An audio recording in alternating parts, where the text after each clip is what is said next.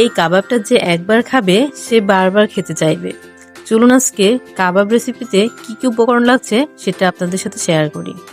আমি এখানে রুই মাছের কয়েকটা পিস নিয়েছি, সেটা হলুদ, লবণ আর পানি দিয়ে জাল করে নিয়েছি। এবার ঠান্ডা করে সেখানে আমি সবগুলো কাটা বেছে নিব।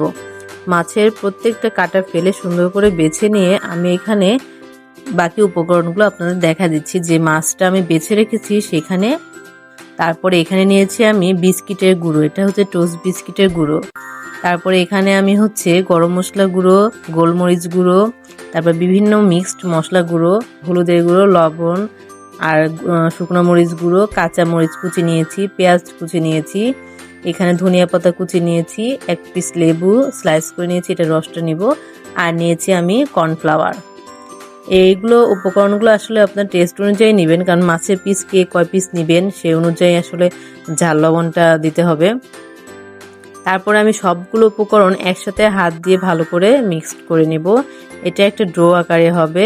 মিক্সড করে সুন্দর করে আমি বড়ার একটা শেপ দিব।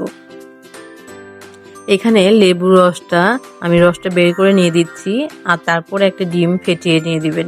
এটা স্কিপ হয়ে গেছে।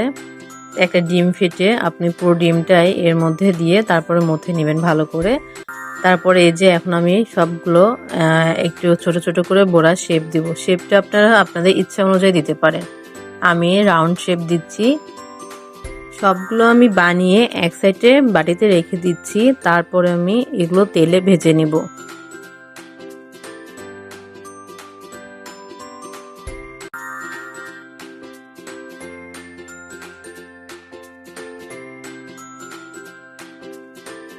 এই যে দেখেন, এখন আমার সবগুলো বানানো শেষ।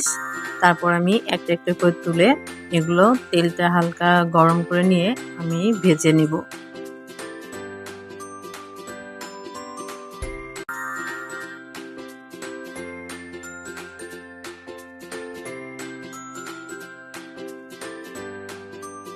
তেলটা মিডিয়াম আছে রেখে গরম করে নিয়েছি। তারপরে আমি কাবাবগুলো একটা একটা করে দিচ্ছি, দিয়ে এগুলো হালকা লালচে হয়ে আসলে আমি এগুলো উল্টে দিয়ে ভেজে নিব।